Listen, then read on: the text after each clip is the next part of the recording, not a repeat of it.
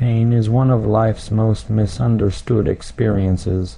Often dreaded and avoided, it tends to be seen as a punishment, a sentence, or a sign of failure. Yet, when we examine it more deeply, we begin to understand that pain isn't meant to destroy us. It's meant to alert us. It's a signal, not a sentence. Just as the body uses pain to tell us something is wrong physically, life uses emotional and mental pain to point toward what needs our attention. If we listen closely and respond wisely, pain can become a powerful tool for change, growth, and transformation. In the natural world, pain serves a crucial function. Imagine if we felt no pain when we touched a hot stove or broke a bone. Without the signal of pain, we would continue to damage ourselves without knowing it. Emotional and psychological pain works in a similar way. When something in life feels off, whether it's a relationship that drains us, a job that suffocates us, or a lifestyle that leads us away from our true values, pain shows up as a messenger. It doesn't appear to punish us, but rather to alert us. It says, "Look here, pay attention, something is not right." Instead of seeing pain as a life sentence or a state we are doomed to endure, we can see it as feedback from life, nudging us toward a course correction. The trouble is, many people try to silence pain rather than listen to it. They distract themselves with work, entertainment, substances, or constant busyness. While this might offer temporary relief, the signal remains. Pain ignored doesn't go away. It usually intensifies. In many cases, what starts as a whisper eventually becomes a scream. Avoiding pain delays the opportunity for healing and understanding. Facing it, on the other hand, is where real power lies. When we pause and ask, "What is this pain trying to teach me?" we begin a new kind of relationship with life, one rooted in curiosity, awareness, and growth. Often, the most transformative periods in our lives are born out of discomfort. Pain has a way of stripping away illusions. It reveals truths we may have avoided, beliefs we've outgrown, and decisions we've postponed. It clears space for honesty. It demands authenticity. Think back to a time in your life when you experienced deep pain. Now reflect on what that pain led to. In many cases, it eventually brought clarity, pushed you toward change, or led you to discover strength you didn't know you had. The pain wasn't permanent, even though it felt like it might be at the time.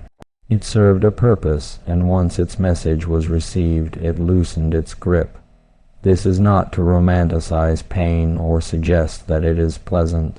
Pain can be overwhelming, disorienting, and exhausting, but even in its darkest moments, it can still offer value. When we stop resisting and start exploring what pain is pointing to, we reclaim a sense of agency. Life isn't simply happening to us. We're participating in an ongoing dialogue with it. Pain is one of the most direct forms of communication in that dialogue. Instead of asking, "Why me?" we might ask, "What now?" That simple shift reframes pain from being a punishment to being a prompt for purposeful action. Sometimes pain shows up to tell us that we've been silent too long.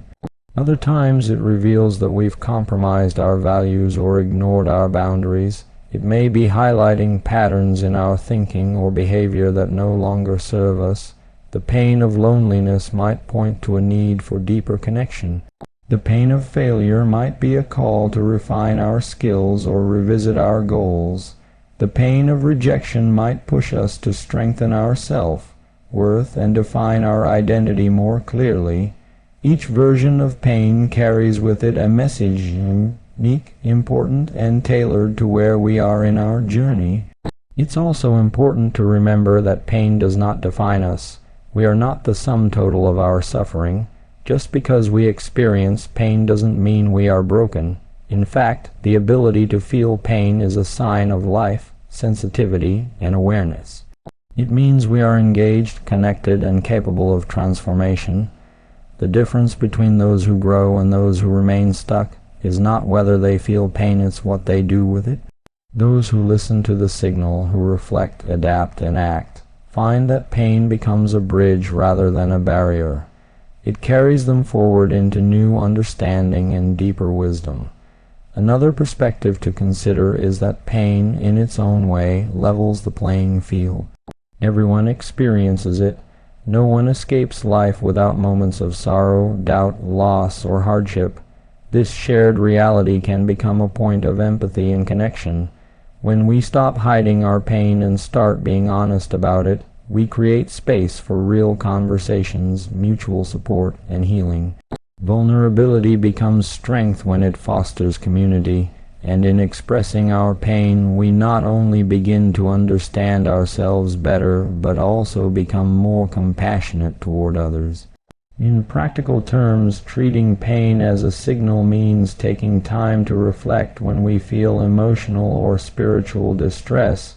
Journaling, speaking with a trusted friend or therapist, meditating, or simply spending quiet time alone can help us uncover what lies beneath the surface.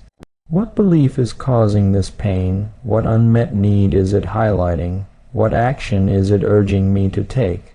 These kinds of questions turn our pain into a compass, guiding us toward change rather than trapping us in suffering. Ultimately, life will always include pain, just as it includes joy. But the presence of pain does not mean life is bad or that we've failed. It simply means we're human. It means we're alive, and when we choose to see pain as a signal, an invitation to grow, learn, and realign, we reclaim our power. Life may hurt, but we are not helpless. Pain does not have the final word. It points us forward, not backward. It's not a sentence. It's a signpost, one that, if we follow it with courage and curiosity, can lead to a deeper, richer, and more meaningful life. In life, so much of our suffering comes not from what actually happens to us, but from our struggle to control what we never truly could. We spend immense energy trying to manage people, outcomes, timing, and circumstances, only to be met with disappointment and frustration when things don't go the way we planned. But there's a quiet truth many come to learn through hardship. While we cannot control everything that happens, we can always control how we respond. That shift from focusing on control to focusing on response is a turning point in anyone's personal growth. It changes how we deal with challenges, how we perceive setbacks, and how we reclaim power in moments that feel powerless. We live in a culture that often idolizes control. From a young age, we are encouraged to plan, predict, and master our environment. And while preparation and planning are valuable, they only take us so far. Life, in its unpredictable nature, doesn't conform to our scripts. Accidents happen, people leave, opportunities fall through. Unexpected changes arrive without warning. The illusion that we are in full control can crumble quickly, and when it does, many of us feel lost, anxious, or even ashamed, as though we failed at something we were never meant to manage in the first place. But when we realize that life was never about controlling everything, we begin to ask a new kind of question. Given this situation, what will I do now? The moment we shift our focus to response, we access a different kind of strength. We stop trying to bend reality to our will and start choosing how we'll meet that reality with wisdom, patience, and grace. We stop saying, "Why did this happen to me?" and start asking, "What can I learn from this?" or "Who can I become through this?" That change in focus transforms every situation, even the painful ones, into an opportunity for growth. It doesn't make the problem disappear, but it changes the role we play in the story. No longer victims of circumstance, we become conscious participants in our own lives. Responding, rather than reacting or controlling, is an act of awareness. It asks us to pause, to breathe, to recognize what we're feeling and thinking without being consumed by it. In a world that constantly pushes us toward quick fixes and instant decisions, the power to respond thoughtfully is rare and profound. It means that even when someone speaks harshly to us, we can choose not to match their tone. Even when plans fall apart, we can choose not to spiral into despair. Even when life surprises us with hardship, we can choose to respond in ways that reflect our values rather than our fears. This is not always easy. In fact, it can be one of the most challenging shifts we make, especially when emotions run high or when the stakes feel enormous. It takes practice to stop reaching for control and start focusing on response. But the more we do it, the more we realize that our peace doesn't depend on perfect circumstances. It depends on the strength of our choices.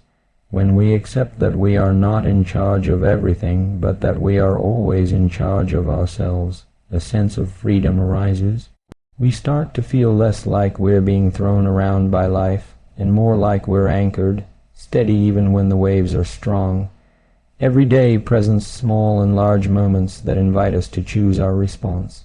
We may not be able to control the morning traffic, but we can choose how we show up when we arrive. We may not be able to change the way someone treats us, but we can choose whether we carry their negativity forward or leave it behind. We may not be able to fix every problem instantly, but we can choose to face it with courage, ask for help, or take one small step in the right direction. These choices, though they may seem simple, build a life that feels intentional and empowered. When we look at those who seem calm and wise in the face of adversity, we're not seeing people who control everything perfectly.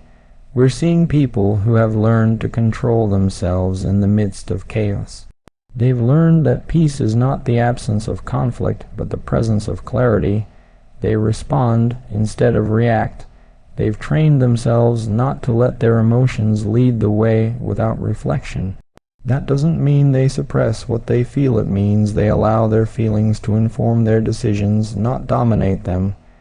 There's a maturity in that approach, one that grows stronger every time we choose it. There's also a humility in this shift. Letting go of control means accepting that we don't have all the answers and that sometimes things won't go our way. That humility opens the door to learning. When we stop insisting that life must look a certain way, we become open to discovering what else it might offer. We begin to see that life is full of variables we can't predict, and sometimes those variables bring blessings we never could have imagined. When we respond with openness rather than resistance, we make space for possibility. We let life show us what it can be, not just what we thought it should be. Relationships especially benefit from this mindset. Trying to control another person, what they think, how they act, what they feel, inevitably leads to tension and disappointment. But when we focus on how we respond to others, with respect, honesty, patience, we create space for healthier, more authentic connections. We stop manipulating and start relating. We stop demanding and start listening, and in that space, people feel safer to be themselves, and so do we. The same principle applies to parenting, leadership, and even self-talk. The more we let go of control, the more room we give for genuine growth. It's worth noting that shifting from control to response doesn't mean becoming passive or indifferent. It's not about giving up. It's about showing up more fully. It's about being strategic with your energy and intentional with your choices. Some things are worth fighting for, but we fight smarter when we're not wasting our strength on what can't be changed. We reserve our energy for what we can influence our mindset, our actions, our goals, and our attitude. That's where our real power lies. Over time, this shift becomes a lifestyle. We stop asking life to be easy and start asking ourselves to be strong. We stop waiting for conditions to be perfect and start cultivating resilience within ourselves.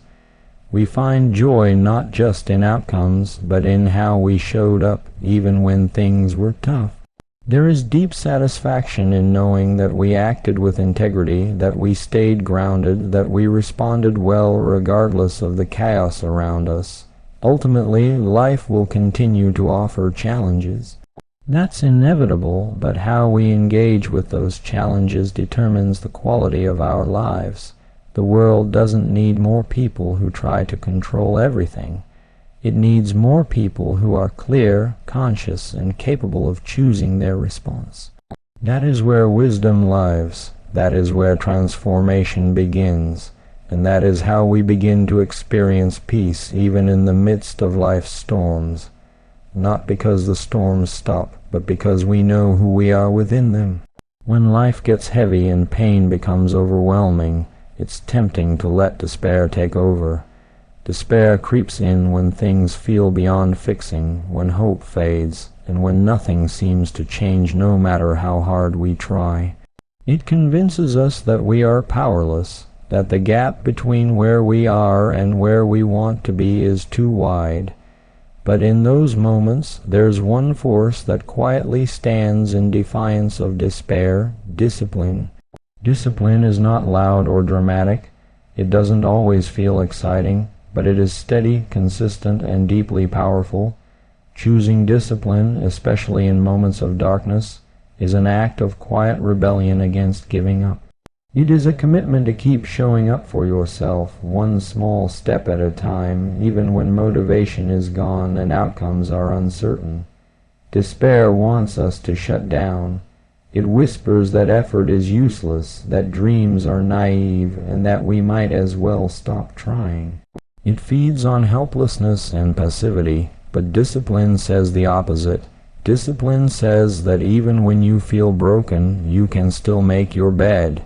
Even when the future looks unclear, you can still go for that walk, write that journal entry, send that email, or practice that habit. It reminds you that you may not be able to control how you feel today, but you can control what you do, and what you do, especially what you do consistently, builds your future brick by brick. This is where the deeper power of discipline comes into view. It's not about perfection or rigid routines. It's about creating structure in the chaos. When everything feels unstable, discipline offers something to hold onto: a morning routine, a commitment to move your body, a promise to yourself to read 1 page a day. These small acts might seem insignificant on their own, but they are not. They're evidence that you are still in the fight, that you haven't given up, that somewhere inside you still believe that change is possible, even if it's slow and messy. Often the hardest time to be disciplined is when it feels like nothing is working, when the results don't show up, when you feel tired, when other people don't see the effort you're making. In those moments, it's easy to believe that your work doesn't matter. But discipline isn't about instant rewards. It's about planting seeds you may not see grow for a long time. It's about trusting that showing up today, even in a small way, increases the odds that tomorrow will be better. Despair might want you to collapse, but discipline invites you to stand. Even if you tremble while doing it, there is a quiet dignity in discipline. It doesn't need applause or recognition.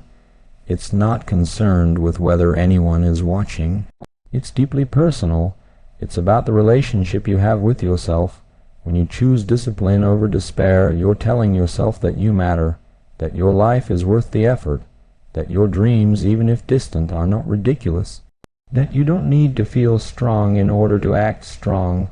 In fact, many of the most powerful acts of discipline come when you feel anything but strong, when you're tired, overwhelmed, anxious, or heartbroken. Choosing to act anyway is what builds real strength. People often wait for motivation to arrive before they take action, but motivation is unreliable. It's fleeting. It comes and goes with mood, energy, and circumstance. Discipline, on the other hand, doesn't wait. It acts, and by acting, it creates momentum. That momentum often brings motivation, but it doesn't depend on it. If you rely only on how you feel, you'll never build consistency. But if you anchor your actions in discipline, even your worst days can become productive ones. Not necessarily in terms of achievement, but in terms of self-respect and resilience. The beauty of discipline is that it builds over time. What begins as a struggle eventually becomes a rhythm. What once required effort becomes part of your identity. When you've shown up for yourself enough times, something changes inside. You begin to trust yourself. You start to believe that you can handle difficulty because you've done it before. You don't fear hard days as much because you know you have the tools to navigate them. That confidence doesn't come from thinking positively. It comes from proving to yourself again and again that you won't abandon yourself when things get hard. Even in the face of serious challenges, grief, illness, loss, heartbreak, discipline can act as a lifeline. It doesn't erase the pain, but it gives you something to hold on to while the pain does its work. It's easy to let everything slide when life hurts, but even then, one small act of discipline can remind you that you are still here.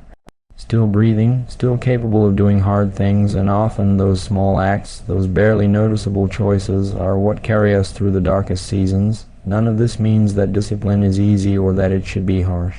It's not about punishing yourself or pretending everything is okay. It's about showing up with compassion and determination. Some days, discipline might mean sticking to your workout routine. Other days, it might mean letting yourself rest and not spiral into guilt about it. Discipline is about doing what serves your long-term well-being, not what satisfies your momentary emotions. It's flexible but not flimsy. It adapts, but it doesn't vanish when things get tough. Over time, choosing discipline over despair transforms not just what you do, but who you become. You become someone who doesn't crumble under pressure even if you bend, someone who has built inner structure, someone who can walk through fear, anxiety, and fatigue without losing sight of what matters. You begin to understand that progress isn't about perfect days. It's about persistence.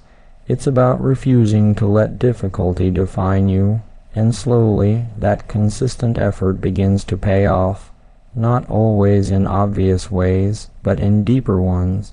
You feel more stable, more capable, more grounded, and so when despair whispers that it's over, that there's no point in trying, discipline is the quiet voice that says, keep going, just do the next right thing.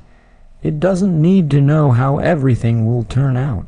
It just needs to take the next step, and then the next, until one day you look back and realize that you climbed out of the darkness not through one dramatic leap, but through thousands of small, consistent choices.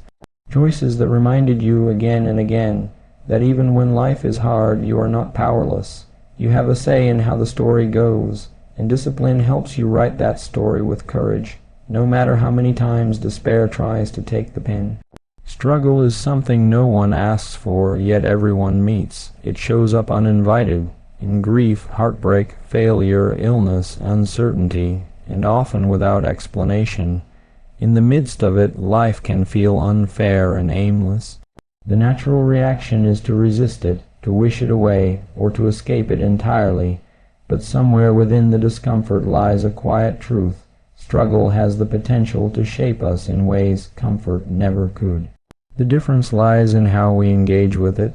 If we approach struggle only as something to survive, we miss the deeper invitation. But if we seek meaning in the struggle, we can transform pain into perspective and hardship into depth. Meaning doesn't always make the pain go away, but it can give the pain a purpose. When we're going through something difficult, the most haunting question is often why. Why me? Why now? Why this? And often there's no clear answer.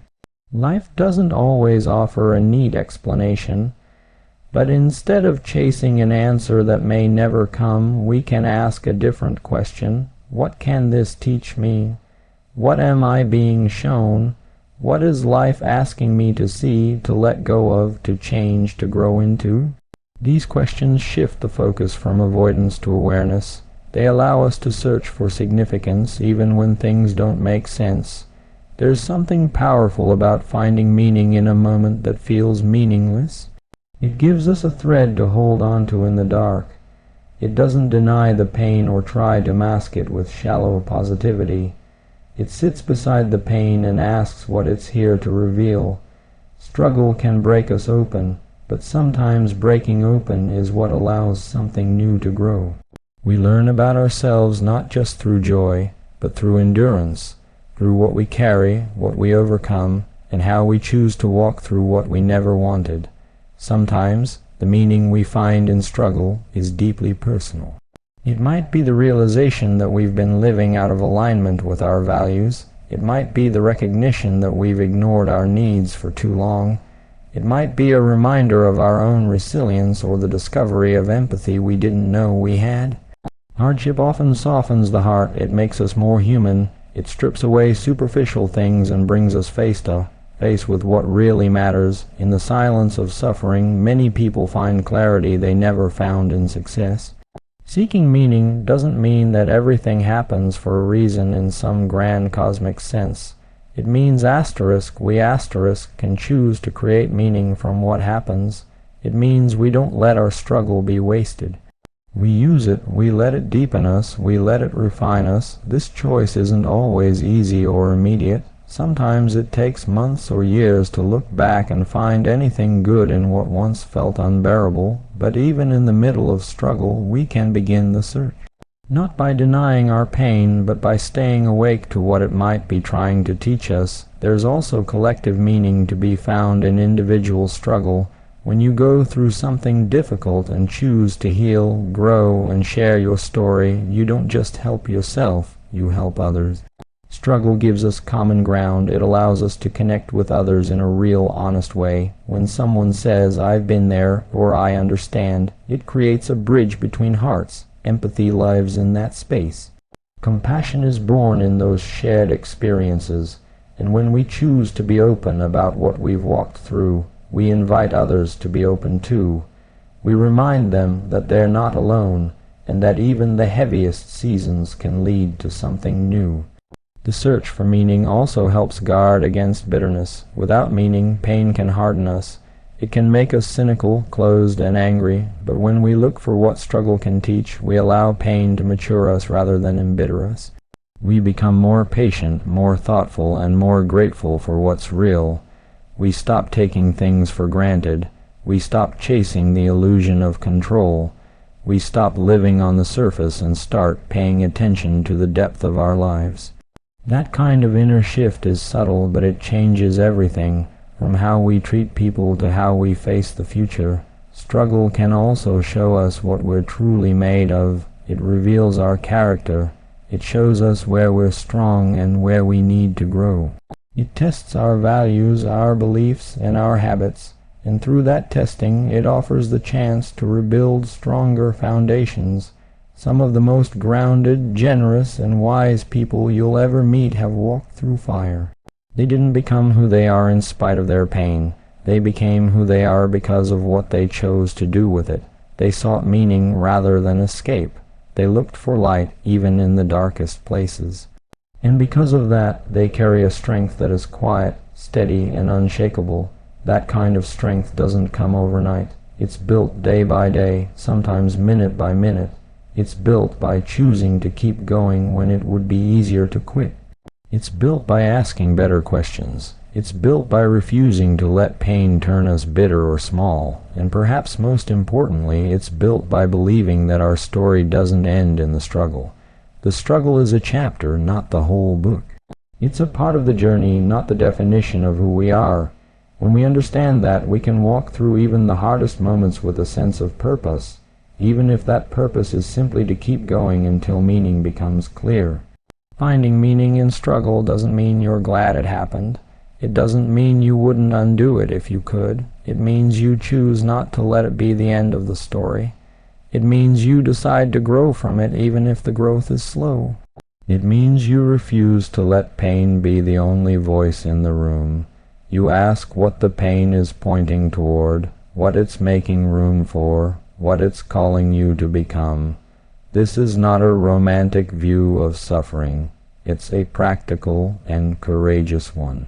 Life is going to include difficulty, that's a guarantee, but how we meet that difficulty shapes everything. We can resist it or we can engage with it. We can ignore it or we can learn from it. We can let it define us or we can let it develop us.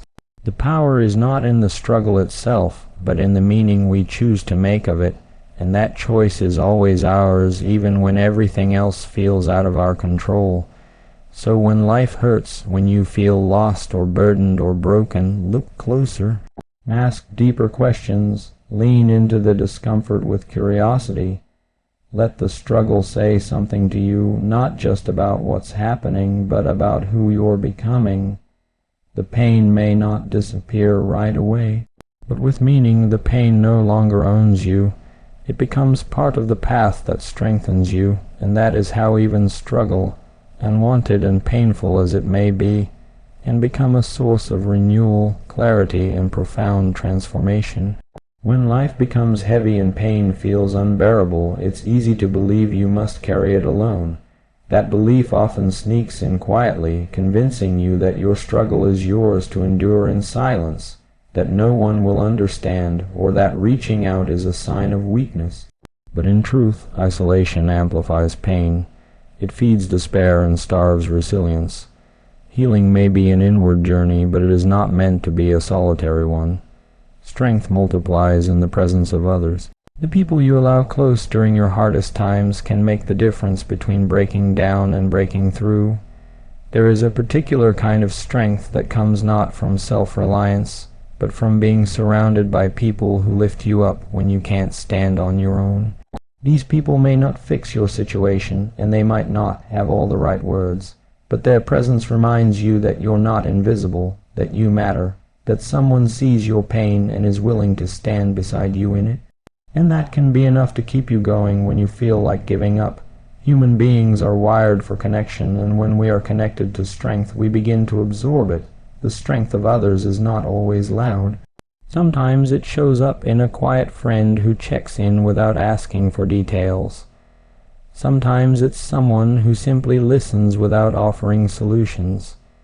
Sometimes it's someone who shares their own story, not to overshadow yours, but to show you that survival is possible. These small gestures might seem minor on the surface, but they carry enormous power. They remind you that you're part of something bigger than your suffering, that life, even in its darkest moments, still contains relationships worth holding on to. Seeking out strong people is not about clinging to those who pretend to have it all together. It's about finding those who have walked through their own fire and emerged with compassion, wisdom, and presence. These people don't minimize your pain. They don't rush you to move on or force positivity onto your grief. They meet you where you are, not because they're perfect, but because they understand. Their strength doesn't lie in being untouched by struggle. It lies in how they carry what they've been through. You may already know someone like this. They may be a family member, a friend, a mentor, or even a stranger who said the right thing at the right time. These are the people who remind you who you are when you forget, who reflect your strength back to you when you can't see it. Surrounding yourself with people like this is not about leaning on others forever. It's about learning how to draw energy, clarity, and hope from their presence while you rebuild your own foundation. In their strength, you find permission to rebuild yours. Creating a circle of strength also means making intentional choices about who you let in. Not everyone has the capacity to walk with you through hard times. Some may mean well but offer criticism instead of comfort, advice instead of empathy, or pressure instead of patience. While they may care, they might not be what you need right now, and that's okay. Part of protecting your peace is recognizing whose presence nourishes you and whose drains you. You can love people from a distance. You can set boundaries. You can prioritize your well-being without guilt. Surrounding yourself with strength doesn't always mean turning to others either. Sometimes strength comes from what you feed your mind. The books you read, the podcasts you listen to, the music that speaks to your soul, these can all act as silent companions on the journey. Words from others who have walked through pain can offer wisdom and perspective that help you keep moving. Stories of resilience remind you that hardship is not the end. Ideas and insights can light the way when your own thoughts feel clouded and heavy.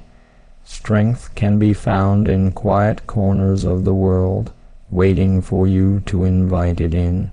And then there is the strength you find in returning to yourself, supported by the community around you, As you surround yourself with those who care, who listen, who stay, something starts to shift. Slowly, you begin to believe that you can keep going, that your pain doesn't define you, that you are more than the moment you're in, and with that belief comes actions, small, meaningful steps that lead you forward.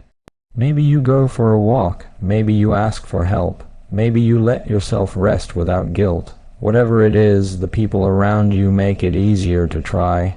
There's a special kind of healing that happens in the presence of those who believe in your future, even when you don't.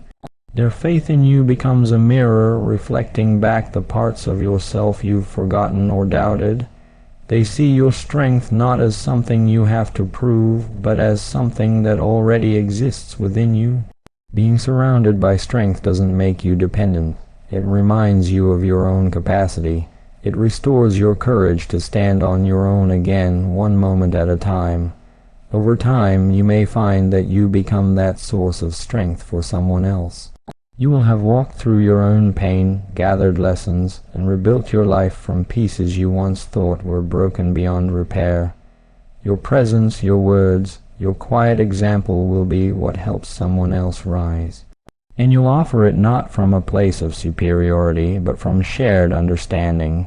That's the cycle of strength. It moves through us, not just for our own sake, but for the sake of others who will someday need it too. Being intentional about who and what surrounds you during struggle is not just support. It's strategy. It's how you protect your energy, how you find grounding when everything feels uncertain, how you reconnect with possibility when the future feels dim. Life will always have its seasons of hardship, but we are not meant to go through them alone. The right people, those who love with patience, stand with empathy, and speak with honesty, are part of the answer. They're not the solution to the pain, but they are a vital part of the path to healing. In the end, surrounding yourself with strength is a declaration. It says you are worthy of support. It says you are not ashamed of your struggle. It says you are choosing life even when life is hard, and with each step you take, held by the strength of others, you get closer to rediscovering your own. Adversity is never pleasant. It enters our lives through unexpected loss, rejection, failure, disappointment, or heartache. It tests limits, crushes expectations, and pushes us into spaces we never wanted to occupy. In the moment, it can feel unfair or even unbearable. It makes us question ourselves, our worth, and sometimes the point of trying at all. But hidden within adversity is a strange and powerful truth. It is one of the greatest forces for personal transformation. It doesn't just challenge us, it reveals us. And with time and intention, it builds character in ways nothing else can. Character is not built during easy times. It doesn't come from smooth roads or predictable outcomes. It develops in difficulty, in the moments when things fall apart, and you have to decide who you're going to be in the aftermath. When plans fail, when people disappoint you, when the door you were counting on slams shut, those are the places where growth begins, not because adversity itself is good, but because of what it draws out of us. It strips away what's surface level and shines a light on the deeper parts of who we are. When life is easy, it's simple to appear strong, kind, or wise, but when pressure mounts, character is revealed. Adversity shows whether our values are real or just convenient. It forces us to choose between bitterness and integrity, between blame and responsibility, between giving up and pressing forward. In those choices, character is either strengthened or weakened. We don't get to control when adversity comes, but we do control how we respond to it. And that response over time defines us. Adversity builds resilience, the kind of inner toughness that can't be faked or borrowed. It comes from having been broken and learning how to rebuild, from experiencing pain and not letting it harden your heart, from sitting with fear and choosing to move anyway. Resilience isn't about being unaffected. It's about being unwilling to stay down. It's about taking what happens to you and turning it into something that serves you, even if that process is slow and messy. Along the way, adversity deepens empathy. When you've been through something difficult, you begin to understand others differently.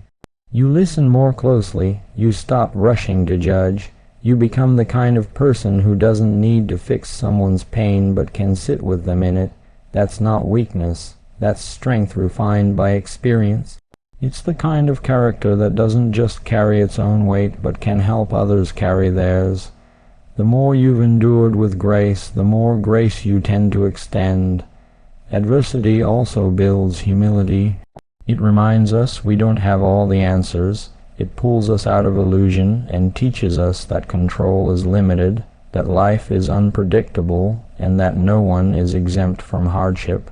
But from that humility grows wisdom. You stop chasing certainty and start valuing presence. You stop assuming that success defines worth and begin to see the quiet dignity in perseverance. That shift in perspective becomes a foundation for real maturity, one that isn't swayed by superficial wins or external praise. There's also a certain kind of courage that only adversity can teach. It's not the loud, flashy kind. It's the quiet decision to face the day after a sleepless night, to try again after failing, to get up when nothing inside you wants to move. This courage is forged in the fire of difficulty and becomes a permanent part of your identity. You begin to realize that being afraid doesn't disqualify you from being brave. In fact, real courage only exists when fear is present. Without adversity, we'd never discover what we're truly capable of enduring and overcoming. Over time, adversity teaches patience. You learn to stop demanding instant results. You begin to trust the process. You understand that real growth is slow, often invisible, and rarely linear. It's frustrating at times, but it's also liberating. When you stop expecting every step to be easy, you start to focus on consistency. And that consistency becomes your strength. It shows you that you don't need everything to go right in order to keep going. Facing adversity also clarifies priorities. When you're struggling, you quickly learn what matters most. The distractions fall away. You stop chasing things that don't feed your soul. You invest more in relationships that are real. You protect your peace, and you start to build a life that feels authentic instead of impressive. That clarity is a gift, and often it only comes through hardship. The hard times force you to look at your life honestly, and from that honesty, character emerges. There will be moments when adversity makes you question everything. When you feel lost, defeated, or unsure of who you even are anymore. Those are the crossroads. You can choose to let those moments define you, or you can choose to let them refine you. The pain may not go away right away, and the answers may not come easily. But if you stay committed to learning, growing, and walking forward, even when it's uncomfortable, you will come out of the storm changed, not just stronger, but deeper, not just wiser, but more grounded. It's also important to remember that character is not perfection. It's not about having it all figured out. It's about being real, being consistent, and being willing to keep learning. Every time you respond to adversity with integrity, every time you choose to act from your values rather than your wounds, you're building character. And character is what carries you when motivation fades and when circumstances shift.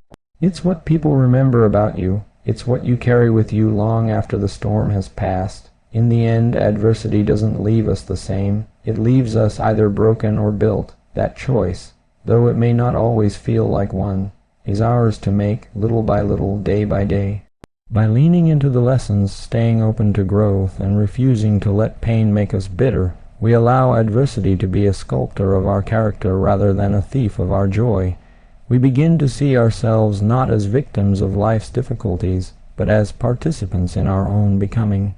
So when adversity comes, let it teach. Let it stretch you, challenge you, and strip away what doesn't serve. Let it deepen your compassion, sharpen your focus, and strengthen your spirit. You won't enjoy it, but you will grow from it. And someday you may look back not with fondness for the pain, but with gratitude for what it shaped in you. because what adversity builds in you, if you let it, is something no one can take away, character that holds steady in any storm.